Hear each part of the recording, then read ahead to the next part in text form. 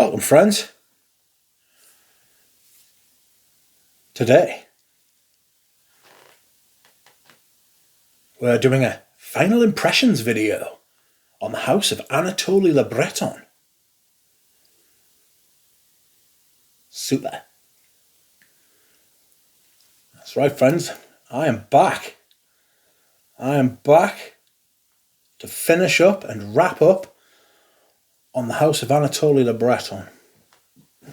These are my final impressions. I will be brief. I'm not going to be buying anything, but there were a couple of things in here which I did find quite interesting and I enjoyed smelling, especially on skin. Probably my favourite from the house towards my taste personally is Racine Carré or Carré. It's green, it's got celery in it, which is a bit outrageous. It's also iris and vetiver, and that's kind of what I get the most out of it, and it's really nice on skin. It's got that little touch of indie about it, you know. It's got that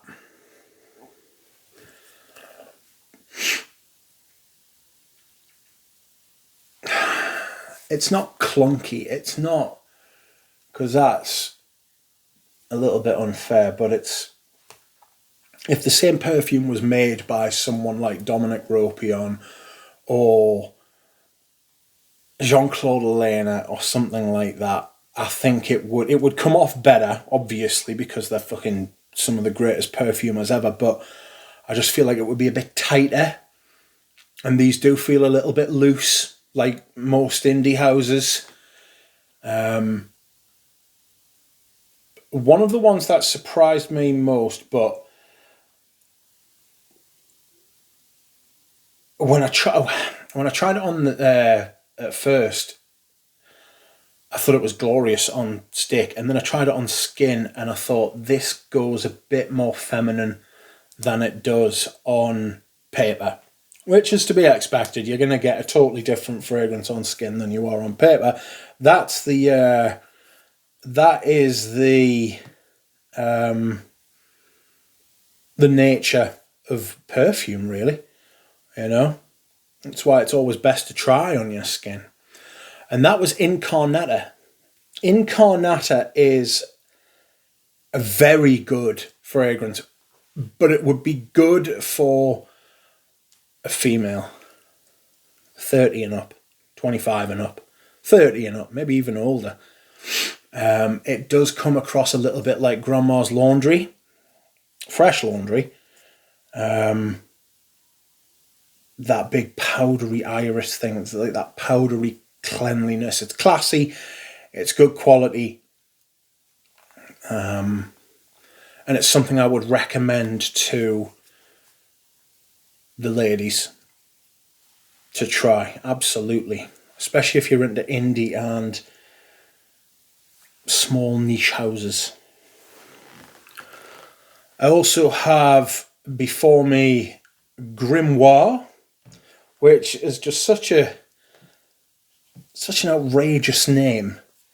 That was more incensey, a little bit, but elemi, and the incense and the cumin reminded me of Filippo Sorcinelli massively, which isn't necessarily a bad thing, but if I want one of those fragrances, I'm going to buy a Filippo Sorcinelli fragrance. And the last one I have out here was Brioche. Brioche is an interesting take on a gourmand. I got the buttery hay. I said to my friend that I thought it smelled like a French country kitchen. Like a farmhouse in spring or late summer is what I should say, because it's got the hay, it's got that dryness, the greenness, it's got like the butter and the the pastry sort of aspect. It's beautiful. It really is. It's very, very nice, but it's a hard gourmand fragrance, that. Very hard gourmand. So if you're into gourmands and you like the sound of a buttery hay French farmhouse in the summer, that's your perfume. So I guess in conclusion, this has been not another dud. It's not a dud house at all. It's a good house. It's very good. But there's nothing here for me that I feel will improve my collection as referenced against my taste. You know?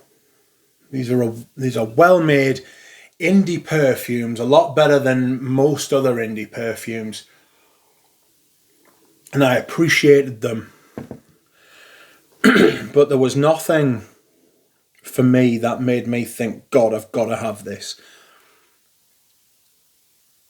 Which is like the standard for me now, you know?